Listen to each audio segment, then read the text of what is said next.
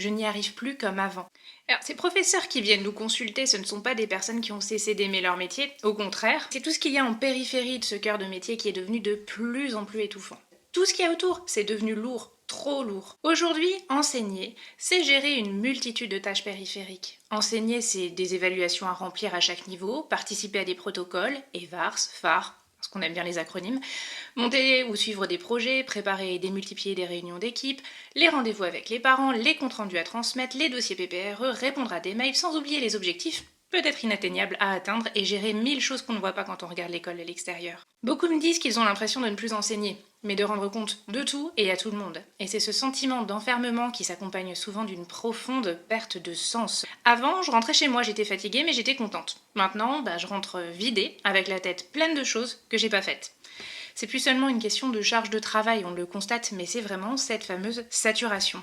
Il y a cette fatigue diffuse, ces maux de tête, ces tensions dans les épaules, ce sommeil qui n'est plus réparateur. Des réveils précoces, la tête pleine de la journée qui est déjà à venir. Difficulté à poser des limites vis-à-vis des parents, vis-à-vis de la hiérarchie, mais aussi vis-à-vis d'eux-mêmes. Les enseignants sont souvent des personnes qui sont investies, qui sont consciencieuses, qui sont perfectionnistes, qui veulent bien faire, qui veulent être justes et disponibles. Les enseignants ne veulent pas décevoir, ils veulent être là pour les enfants, pour les parents, pour les collègues, pour tout le monde en fait. Et parfois, cette disponibilité, elle va se transformer en sacrifice. En fait, ils se sentent constamment évalués, observés, critiqués par les familles, l'institution et parfois même par la société tout entière. Oh, ils se plaignent tout le temps. Ils ont plein de vacances, ils bouclent même pas leur programme.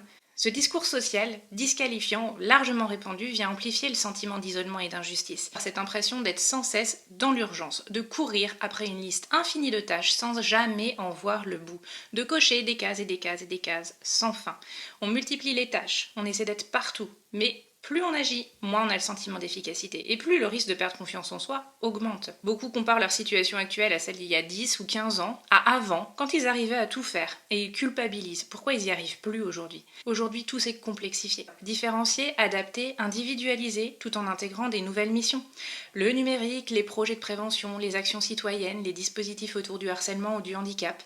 Beaucoup d'enseignants se sont engagés dans ce métier par vocation, avec le désir profond de transmettre, d'accompagner, de faire grandir.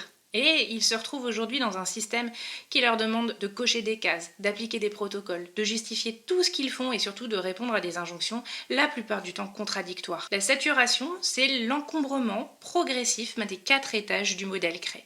Quand tout devient trop de demandes, trop de doutes, trop peu de sens, trop peu de reconnaissance pendant trop longtemps. Mais la bonne nouvelle, c'est qu'on peut agir dessus. Au fond, le cœur de ce métier, c'est ça, c'est la relation, c'est le respect et c'est la transmission.